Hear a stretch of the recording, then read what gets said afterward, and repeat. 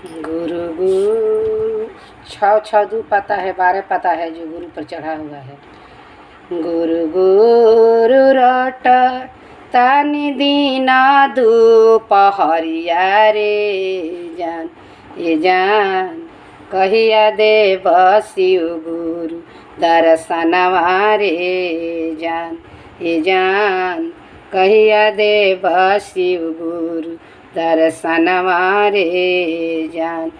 भैया हरिंदर दिहल तीन सूत्र ज्ञानवा रे जान ये जान दाया चर्चा न मन पा रनमवा रे जान ये जान दाया चर्चा न मन पा रनमवा रे जान।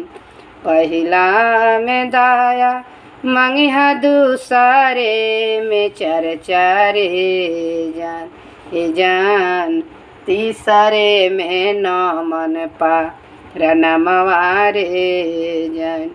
हमरो लीलामा दीदी कैली आएला नवा रे जान ये जान लेला बहिना गुरु के ज्ञानवा रे जान ये जान लेला बहिना गुरु के ज्ञानवा रे जान।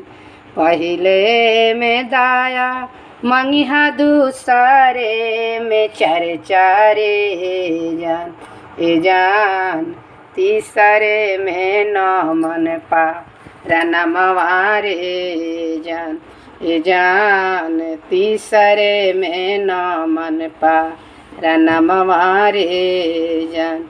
गुरुजी के दाया से तो बनी है बुद्धिया ज्ञानवा रे जान ये जान बनी जई है लोक परलोकवा रे जान ये जान बनी जई है लोक परलोकवा रे जान।